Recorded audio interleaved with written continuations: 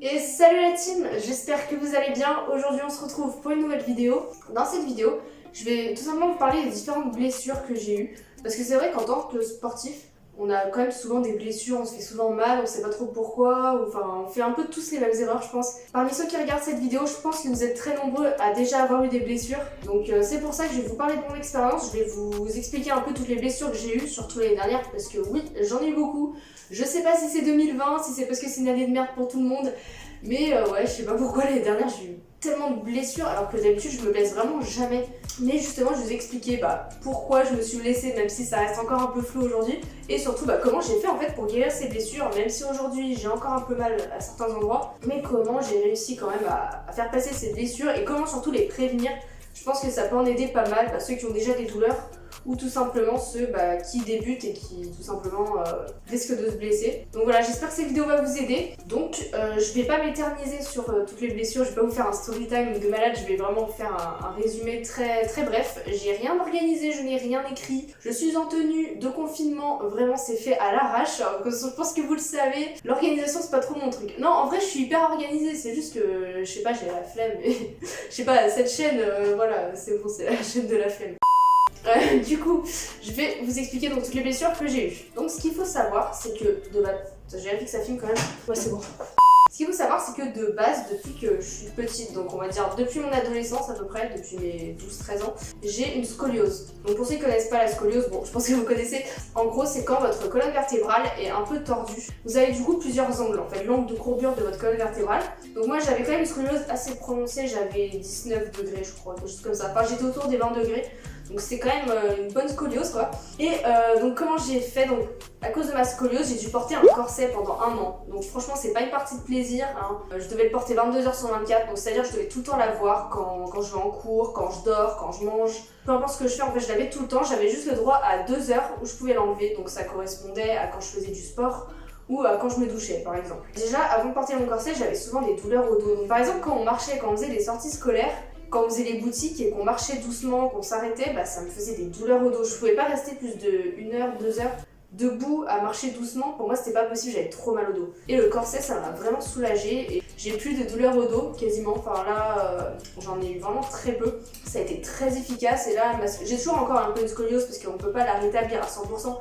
Mais là, l'angle, je sais pas, j'ai à peine 10 degrés là, donc ça a bien guéri ma scoliose. Ensuite, donc là, je vais vous parler donc des blessures que j'ai eues l'année dernière. Donc pour ceux qui savent pas, je fais du breakdance, donc ça fait plusieurs années que je fais du break, en plus de la muscu. Ça a commencé en terminale, donc j'ai commencé à vraiment me mettre à fond dans le sport. Donc je faisais déjà pas mal de sport avant, mais à partir de la terminale, j'ai vraiment décidé de me mettre à fond et d'en faire tous les jours. Vraiment 0 jour de repos, tous les jours sport, que ce soit muscu ou break. Il y a des jours où je faisais muscu et break. Donc en fait, du break, j'en faisais environ 4-5 fois par semaine. Donc c'est énorme.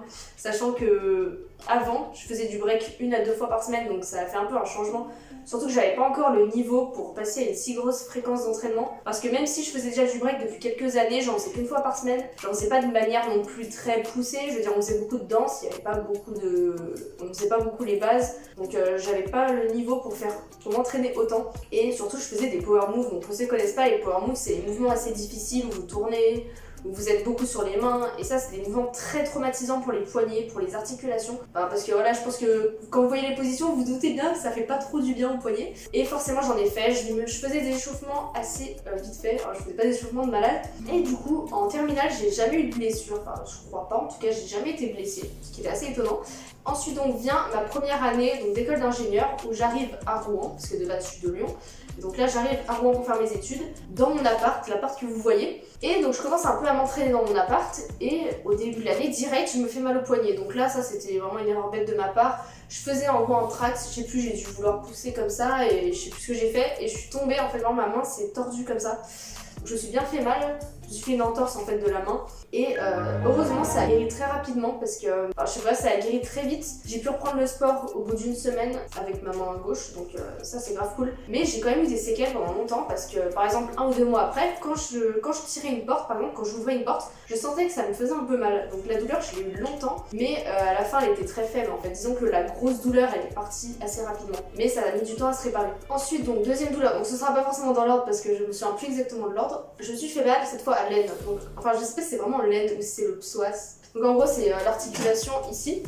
Et tout simplement, je faisais beaucoup de Thomas en fait. Donc les Thomas, c'est des figures forcément qui font, ça fait mal à l'aine en fait parce que j'utilisais beaucoup les jambes. Donc forcément, au bout d'un moment j'avais mal et je me suis retrouvée à un moment en fait à ne plus pouvoir marcher carrément. Enfin, pouvoir marcher. Quand je marchais, je traînais ma jambe tellement que j'avais mal.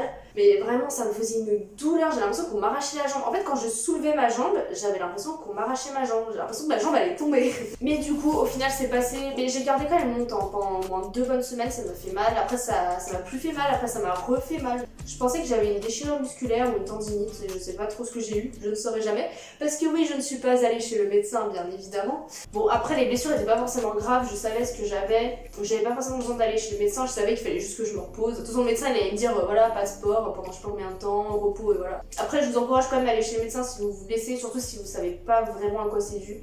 Et ensuite, autre blessure. Donc là, je me suis fait mal au genou. D'ailleurs, je me suis refait cette blessure il y a pas très longtemps, mais beaucoup moins grave. En gros, je faisais du break, hein, encore une fois. C'est toujours le break qui me fait des blessures. Non, mais la muscu aussi un peu, hein. J'y arrive. Et j'ai fait une figure en fait et je suis tombée sur le genou. Mon genou en fait a tapé le sol assez fort. Pourtant, il y a eu des tapis, hein, mais je sais pas, ça m'a fait super mal. Et le lendemain, je boitais toute la journée et j'avais grave mal au genou. Voilà, donc en fait, les gens étaient habitués à me voir boiter parce que c'était devenu normal. J'étais toujours blessée de toute façon, j'avais toujours mal quelque part. Les gens croyaient que c'était ma démarche normale en fait. Et bon, après, c'est passé assez vite au bout de 2-3 jours. Ensuite, autre blessure, donc là c'est à la cheville. Donc là c'était même pas en faisant du sport, c'était vraiment en faisant un truc mais bête, mais débile. Genre en fait je descendais du bus et il faisait nuit.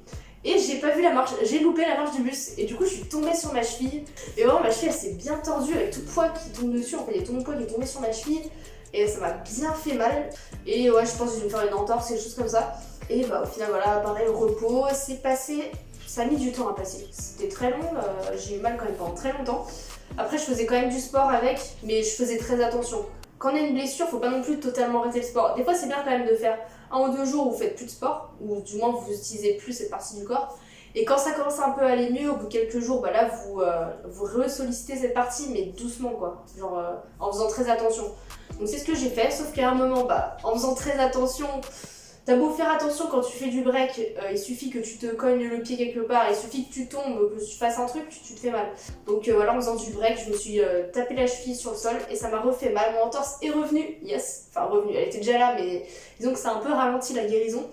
Et ce qui s'est passé, c'est qu'il y a eu le confinement. Et au moment du confinement, je sais pas pourquoi ma douleur est revenue. Il faut savoir que mon entorse, je me la suis faite en hiver, à peu près vers janvier. Et le confinement, du coup, c'était en mars, donc c'était quand même 2 mois après. Et je sais pas, j'ai re eu mal, je me suis plus exactement comment, un truc belge, de me cogner le pied ou un truc vraiment débile. Et ça m'a refait mal à ma cheville, j'ai encore dû un peu arrêter, enfin, je m'en sors jamais. Et là, aujourd'hui, donc 1 an après, j'ai encore mal à ma cheville. Ça va, je peux la bouger. Et surtout, si je force trop sur ma cheville, j'ai mal. Donc quand je cours aussi, des fois, ça me fait un peu mal. Mais ça va, franchement, je peux marcher, je peux courir, je peux faire du sport, tout va bien. Ensuite, autre blessure, donc cette fois au dos. Ce qui est assez étonnant parce que, comme je vous l'ai dit, depuis mon corset, j'ai plus de douleur au dos, plus rien du tout. Mais sinon là, donc c'était vraiment une blessure en faisant du soulevé de terre. Donc ça, c'est très commun, il y a énormément de personnes qui se font mal au dos en faisant du soulevé de terre. C'est pour ça que c'est un mouvement finalement que j'ai arrêté de faire parce que ça me fait plus de mal que de bien.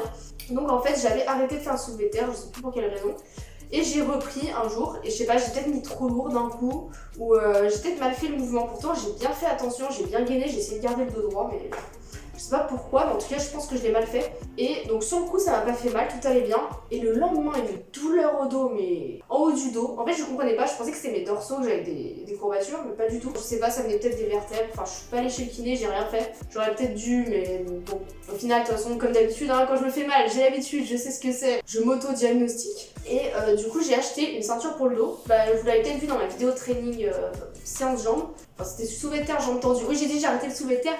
Le soulevé de terre, j'ai entendu, il est quand même beaucoup moins traumatisant que le soulevé de terre classique. Et d'ailleurs, j'ai aussi arrêté le soulevé de terre, j'ai entendu à l'heure d'aujourd'hui. Du coup, j'ai mis cette ceinture. Et en fait, le problème, c'est que quand j'étais en cours en amphi, je sais pas s'il y en a parmi vous qui ont déjà été en cours d'amphi, mais genre, je sais pas si vous avez les mêmes chaises que nous, mais en fait, les dossiers, ils sont courbés comme ça. Du coup, tu peux pas te tenir droit dedans, t'es obligé de te courber. Et c'est horrible, ça m'a défoncé le dos. Ces sièges d'amphi, là, les cours d'amphi. Donc après, avec ma ceinture, ça allait beaucoup mieux, ça m'a soulagée. Mais j'ai traîné cette douleur pendant peut-être bien 2 semaines en gros. J'ai fait un peu de rouleau de massage aussi et voilà. Après j'ai plus eu cette douleur, donc tant mieux. Alors ensuite, donc autre blessure, donc là c'est pas vraiment une blessure, c'est plus des douleurs on va dire. Donc c'est tout simplement à partir du confinement, j'ai commencé à avoir mal au poignet. Donc déjà je sentais avant le confinement quand je m'entraînais, quand je faisais trop d'équilibre par exemple, ou quand je faisais trop de break, quand j'étais trop sur mes mains, ça me faisait un peu mal. Du coup bon j'arrêtais et tout, mais je trouvais ça un peu bizarre, même au repos des fois je le sentais, je sais pas comment expliquer. Mais je sentais que mes poignets, en fait, ils arrêtaient pas de craquer. Donc souvent on dit les articulations qui craquent, ça veut rien dire, c'est juste des bulles d'air ou je sais pas trop quoi. Mais je sentais quand même que j'avais une gêne dans mes poignets. J'avais pas mal, mais je sentais qu'il y avait un truc bizarre dans mes poignets, je savais pas comment dire. Et ce qui s'est passé, c'est qu'après, du coup, il y a eu le confinement, et c'est là que j'ai continué du coup à m'entraîner. Mais j'ai commencé un peu à avoir mal au poignet, j'avais de plus en plus mal quand je m'entraînais. Puis après, j'ai commencé à avoir des douleurs carrément en dehors des entraînements.